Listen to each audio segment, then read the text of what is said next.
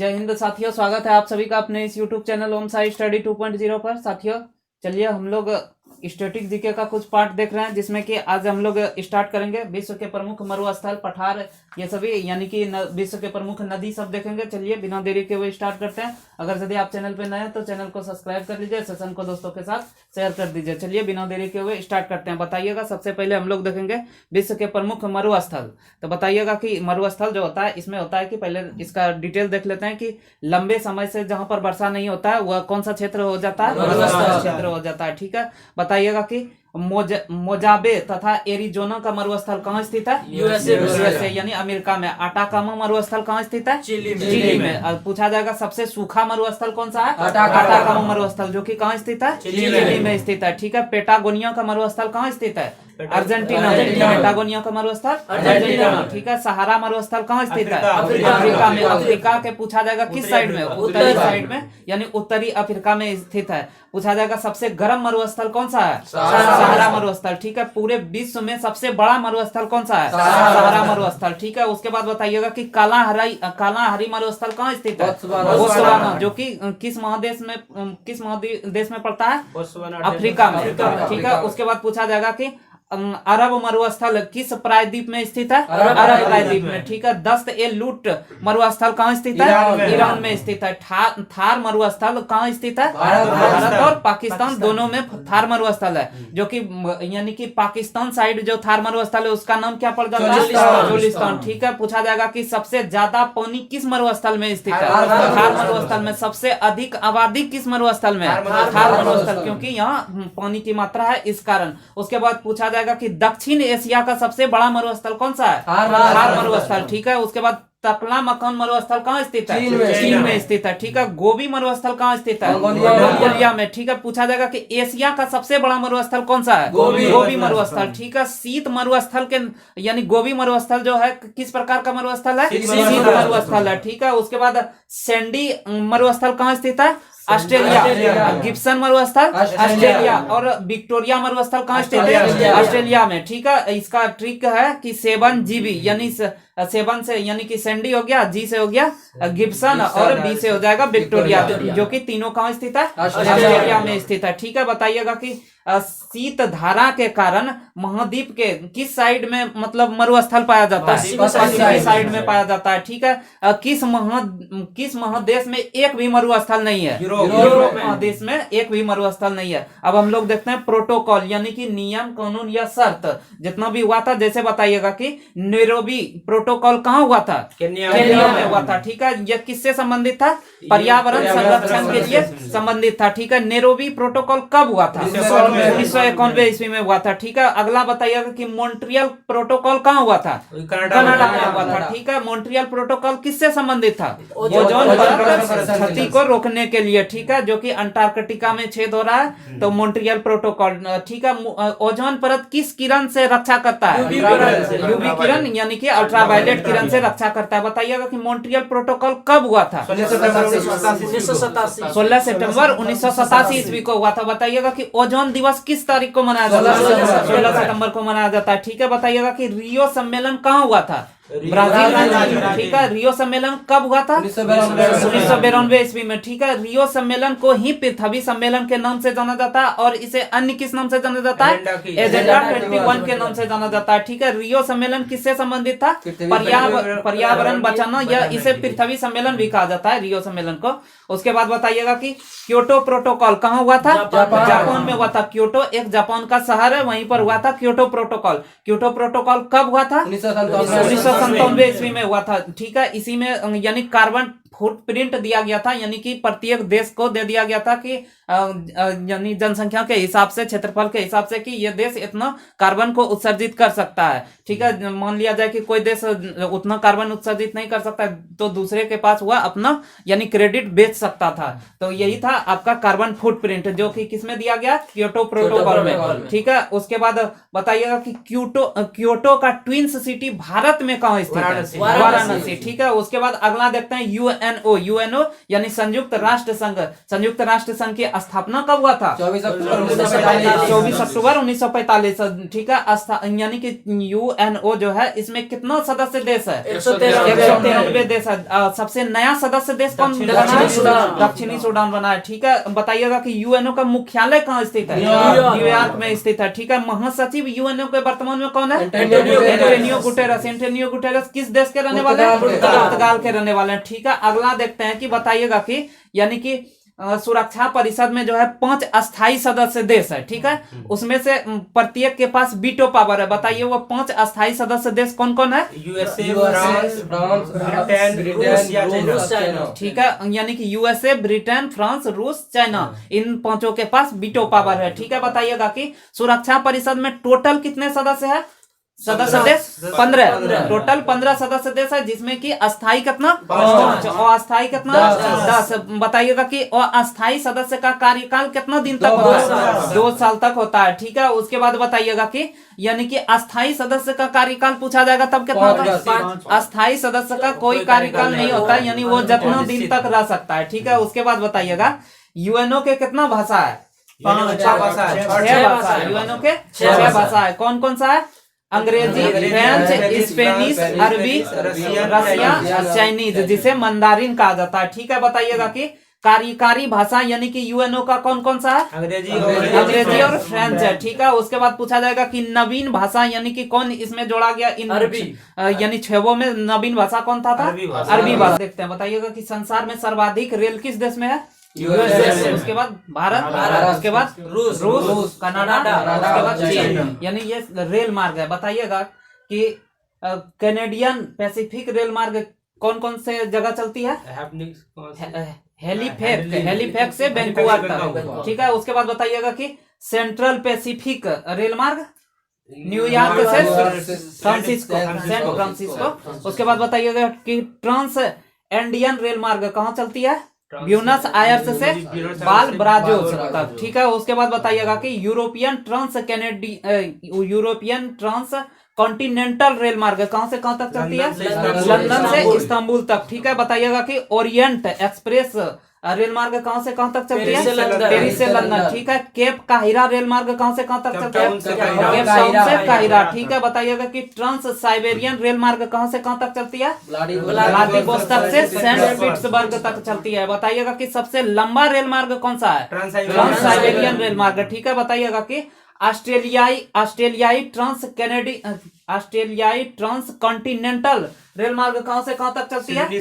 Sydney से Perth तक चलती है। बताइएगा कि सबसे लंबा वायु मार्ग जो है कहां से कहां तक चलती है? तो बता देते हैं, New York, London, Paris, Cairo, Delhi, Bangkok होते हुए टोक्यो जाती है। ये सबसे लंबा वायु मार्ग है। उसके बाद अगला देखते हैं रेशम मार्ग। बताइएगा कि चीन द्वारा यूरोपीय देशों में जो व्यापार करने के लिए मार्ग बनाया था, यानी कि रेशम मार्ग बनाया गया था चीन के द्वारा यूरोपीय देशों में व्यापार करने के लिए। बताइएगा कि दुनिया के 4 प्रकार के जो रेशम जो है वह कैटेगरी किस देश में पाया जाता है? भारत में पाया जाता है। एकमात्र देश भारत है। उसके बाद बताइएगा कि यानी कि स्थलीय साइड से जो रेशम मार्ग था उसे किसके द्वारा लूटा गया था? उस मार्ग को कनिष्क के द्वारा। ठीक है, उसके बाद यानी रेशम मार्ग जो था स्थल से भी था और जल से, दोनों तरफ से, यानी यूरोपीय देशों में व्यापार किया जाता था। किसके द्वारा? चीन के द्वारा।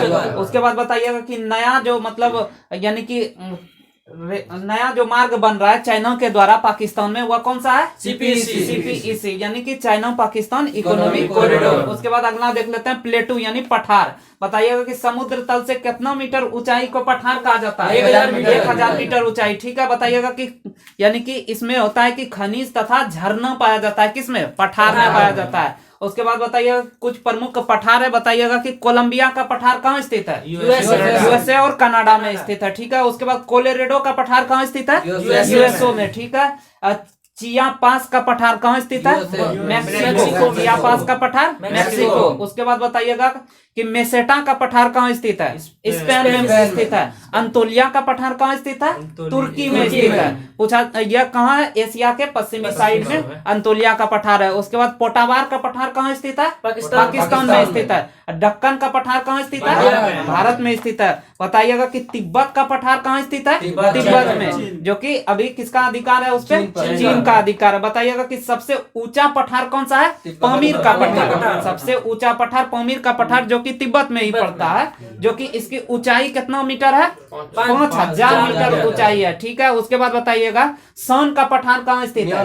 म्यांमार में स्थित है। ठीक है। पामीर का पठार जो है विश्व में सबसे ऊंचा पठार है। बताइएगा अब भौगोलिक खोज के बारे में देखते हैं, यानी कि पुनर्जागरण के काल को नए खोज का काल के नाम से जाना जाता है। इस दौरान बहुत से नए मार्ग यानी रास्ता का खोज हुआ है, जिसमें से बताइएगा कि केप ऑफ गुड होप, जो कि दक्षिण अफ्रीका का निचला साइड है, उसका किसने खोज किया था? Bartolomeu Diaz. यानी केप ऑफ गुड होप को ही आशा अंतरिम द्वीप के नाम से भी जाना जाता है। ठीक है। बताइएगा कि अमेरिका की खोज किसने किया था? कोलंबस यानी क्रिस्टोफर कोलंबस ने किया था। उसके बाद पूछा जाएगा कि भारत का समुद्री मार्ग से खोज किसने किया था?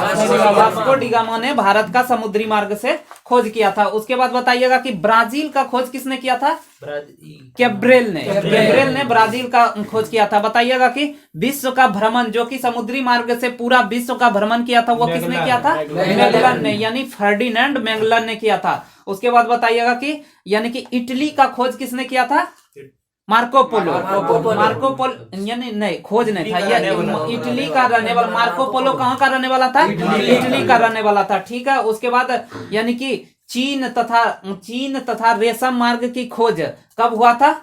1271 ईस्वी में हुआ था। ठीक है। उसके बाद बताइएगा कि अमेरिगो वेस्पुसी जो था वो कहाँ का रहने वाला था? पुर्तगाली का रहने वाला था। ठीक है। जिसने यानी कि अमेरिका के स्थलीय भूभाग की खोज किया था। किसने? अमेरिगो वेस्पुसी ने। कब किया था? 1502 ईस्वी में किया था। ठीक है। उसके बाद बताइएगा कि ब्रिटेन का रहने वाला था कौन? James cook. कहाँ का रहने वाला था? ब्रिटेन का रहने वाला था, जिसने 1778 ईस्वी में हवाई द्वीप, न्यूजीलैंड, ऑस्ट्रेलिया तथा ग्रेट बैरियर रीफ की खोज किया था। किसने? जेम्स कुक ने। ठीक है। पूछा जाएगा कि ऑस्ट्रेलिया की खोज किसने किया था? जेम्स कुक ने किया था। अब देखते हैं कि मानचित्र पर रेखाएं। बताइएगा कि आइसोबार रेखा किसको दर्शाती है? समान दाब को दर्शाती है आइसोबार। आइसोबाथ रेखा किसे दर्शाती है? समान गहराई। ठीक है। गहराई में जाके रोज लोग नहाता है, तो इसीलिए आइसोबाथ कहाँ हो जाएगा? समान गहराई। उसके बाद बताइएगा कि आइसोथर्म रेखा किसे दर्शाता है? समान ताप, यानी थर्मामीटर से तापमान मापा जाता है। समान ताप आइसोथर्म रेखा। उसके बाद पूछा जाएगा कि आइसोसिस्मिक रेखा किसे दर्शाता है? भूकंप। सिस्मोग्राफ पे मापा जाता है भूकंप। आइसोसिस्मिक रेखा भूकंप को दर्शाता है। आइसोनेफ रेखा किसे दर्शाता है? बादल को दर्शाता है, यानी समान बादल को आइसोनेफ रेखा। उसके बाद पूछा जाएगा कि आइसोहाइट रेखा किसे दर्शाता है? समान वर्षा को आइसोहाइट। बताइएगा कि कंटूर रेखा या समोच्च रेखा या डेटम रेखा किसे दर्शाता है? समान ऊंचाई को दर्शाता है। आइसोहेलाइन रेखा किसे दर्शाता है? समान खारा पानी को आइसोहेलाइन दर्शाता है। उसके बाद बताइएगा कि एपिसाइड रेखा यह किसे दर्शाता है? अपसौर और उपसौर को मिलाने वाली रेखा जो होता है वह एपिसाइड रेखा होता है। बताइएगा कि आइसोप्रेक्ट रेखा किसे दर्शाता है? समान जनसंख्या को आइसोप्रेक्ट रेखा दर्शाता है। बताइएगा अगला कि विश्व की प्रमुख नदियां, जो कि पहले देखते हैं उत्तरी अमेरिका की प्रमुख नदी। बताइएगा कि मैकेंजी नदी कहाँ स्थित है? किस देश में स्थित है? अलास्का में मैकेंजी नदी। नेल्सन नदी कहाँ स्थित है? किस देश में? कनाडा में। उसके बाद सेंट लॉरेंस नदी कहाँ स्थित है? अमेरिका और कनाडा के बॉर्डर पर सेंट लॉरेंस नदी है। बताइएगा टेनेसी नदी कहाँ स्थित है? यूएसए में स्थित है। मिसिसिपी नदी कहाँ स्थित है? यूएसए में। मिसौरी नदी कहाँ स्थित है? यूएसए में। कोलोराडो नदी कहाँ स्थित है? यूएसए में। ठीक है। अब देखते हैं कि दक्षिण अमेरिका के प्रमुख नदी। बताइएगा कि ओरोनिको नदी किस देश में स्थित है? वेनेजुएला में। अमेजन नदी किस देश में स्थित है? ब्राजील में। अब देखते हैं अफ्रीका की प्रमुख नदी, बताइएगा कि नाइजर नदी कहाँ स्थित है? नाइजीरिया यानी अफ्रीका में, जिसे पाम नदी के नाम से जाना जाता है। बताइएगा कि कंगो या जायरे नदी किस महादेश में स्थित है? अफ्रीका महादेश में। ठीक है, पूछा जाएगा कि विषुवत रेखा को 2 बार काटने वाली नदी कौन सी है? कंगो नदी। ठीक है, बताइएगा कि नील नदी किस महादेश में स्थित है? अफ्रीका महादेश में। ठीक है, बताइए विश्व की सबसे लंबी नदी पूछा जाएगा? नील नदी। ठीक है, आसवान बांध किस नदी पर बना हुआ है? नील नदी पर, जो कि किस देश में स्थित है? मिस्र में स्थित है। ठीक है, नासिर झील कहाँ स्थित है? यही नील नदी के पास है। उसके बाद बताइएगा कि जम्बेजी नदी किस महादेश में स्थित है? अफ्रीका महादेश में। ठीक है, उसके बाद बताइएगा कि विक्टोरिया जलप्रपात किस नदी पर स्थित है? जम्बेजी नदी पर विक्टोरिया जलप्रपात है। बताइएगा कि यानी कि लिम्पोपो नदी किस महादेश में स्थित है? अफ्रीका महादेश में। बताइएगा कि अफ्रीका यानी कि मकर रेखा को 2 बार काटने वाली नदी कौन सी है? लिम्पोपो नदी। वही पूछा जाएगा कि कर्क रेखा को 2 बार काटने वाली नदी कौन सी हो जाती है? माही नदी, जो कि कहाँ स्थित है? भारत में स्थित है। ठीक है, बताइएगा अगला ऑरेंज नदी कहाँ स्थित है? अफ्रीका के कालाहारी मरुस्थल में ऑरेंज नदी है। अगला हम लोग देखते हैं यूरोप की प्रमुख नदियां, बताइएगा कि राइन नदी किस देश में स्थित है? जर्मनी में स्थित है। ठीक है, पूछा जाएगा कि सबसे साफ तथा व्यस्त नदी कौन सी है? राइन नदी है। ठीक है, कोयला का व्यापार इसी नदी के द्वारा होता है। किस नदी के द्वारा? राइन नदी। ठीक है, पूछा जाएगा कि जर्मनी की गंगा के नाम से किसे जाना जाता है? राइन नदी को। वही पूछा जाएगा कि इटली के गंगा के नाम से किस नदी को जाना जाता है? पो नदी को जाना जाता है। ठीक है, बताइएगा कि यानी कि यूरोप की सबसे लंबी नदी कौन सी है? वोल्गा नदी, जो कि किस देश में स्थित है? रूस में पड़ता है। यूरोप की सबसे लंबी नदी वोल्गा नदी। उसके बाद फिर पूछा जाएगा कि यूरोप एशिया को अलग करने वाली नदी कौन सी है? यूराल नदी। ठीक है, जो कि किस देश में पड़ता है? रूस के क्षेत्र में पड़ता है। उसके बाद बताइएगा कि यानी सबसे चौड़ा मुहाना कौन सी नदी बनाती है? ओब नदी, जो कि किस देश में पड़ता है? रूस में पड़ता है। ओब नदी जो कि सबसे चौड़ा मुहाना बनाता है। अब देखते हैं एशिया की प्रमुख नदी, बताइएगा कि अमू दरिया नदी ये जो है किस देश में स्थित है? मध्य एशिया के किस देश में? कजाकिस्तान देश में अमू दरिया नदी। होंगहो नदी किस देश में स्थित है? चीन में। चीन का शोक के नाम से किस नदी को जाना जाता है? होंगहो नदी को। बताइएगा कि यंगटी सिक्यांग नदी किस देश में स्थित है? चाइना में। ठीक है, एशिया की सबसे लंबी नदी पूछा जाएगा कौन सा हो जाएगा? यंगटी सिक्यांग नदी। वही भारत का सबसे लंबी नदी पूछा जाएगा तो गंगा नदी। ठीक है, बताइएगा कि मेकोंग नदी ये किस देश में पड़ता है? कौन कौन से देश में? आसियान देश में। आसियान में जो 10 देश है इसी से होके बाता है कौन सा? मेकोंग नदी। उसके बाद बताइएगा कि साल्विन नदी किस देश में स्थित है? म्यांमार।